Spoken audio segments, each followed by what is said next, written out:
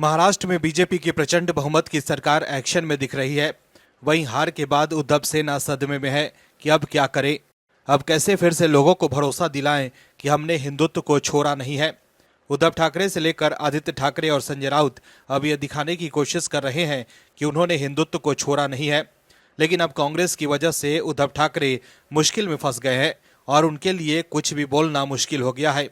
दर्शकों, आपको बता दें कि महाराष्ट्र में सरकार बन गई है। उसके बाद सरकार के मंत्रियों ने आगे आने वाले समय में कैसे काम होगा इसकी रूपरेखा भी रख दी है। महाराष्ट्र में जल्द ही लव जिहाद पर करारा प्रहार होने वाला है। दर्शकों, लव जिहाद महाराष्ट्र में दीमक की तरह पैर पसार रहा है, जिसका जवाब जल्द ही महाराष्ट्र सरकार दे सकती है। वहीं कांग्रेस के साथ जाकर उद्धव सेना इन मुद्दों पर शांत है। तो वहीं राहुल गांधी ने जिस तरह से वीर सावरकर पर प्रहार किया है, उसके बाद से ही शिवसेना यूबीटी भी सत्ता पक्ष के निशाने पर है। हार के बाद बीएमसी चुनाव को देखते हुए उद्धव ठाकरे हिंदुओं के वोट के लिए हिंदुत्व की बात तो कर रहे हैं, लेकिन वीर सावरकर का अपमान करने वाली कांग्रेस को कुछ नहीं बोल रहे हैं। लेकिन अब बीजेपी ने उद्धव की चिंता बढ़ा दी है। महायुति के नेता पूछ रहे हैं कि जिस तरह से राहुल गांधी ने वीर सावरकर का अपमान किया है, उसके बाद शिवसेना यूबीटी राहुल को क्यों कुछ नहीं कह रही है।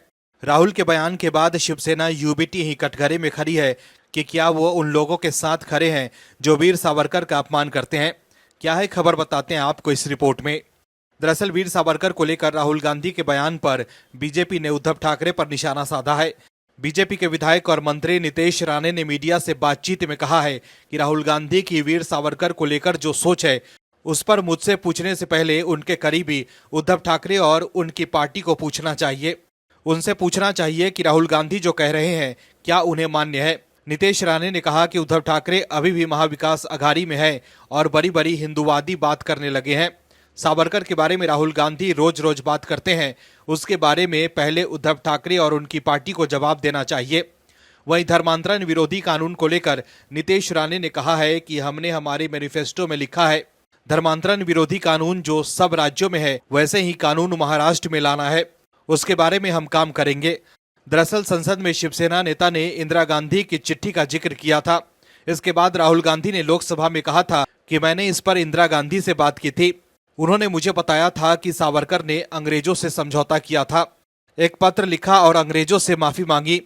राहुल गांधी के इस बयान पर बीजेपी और एकनाथ शिंदे की शिवसेना दोनों विफरी हुई है। वीर सावरकर के पोते रंजीत सावरकर ने भी राहुल गांधी के बयान पर आपत्ति जताई है। सावरकर के पोते रंजीत ने कहा है कि राहुल गांधी ने जो दस्तावेज पढ़ा उसका स्रोत क्या है, उनकी बातों में कोई सच्चाई नहीं है।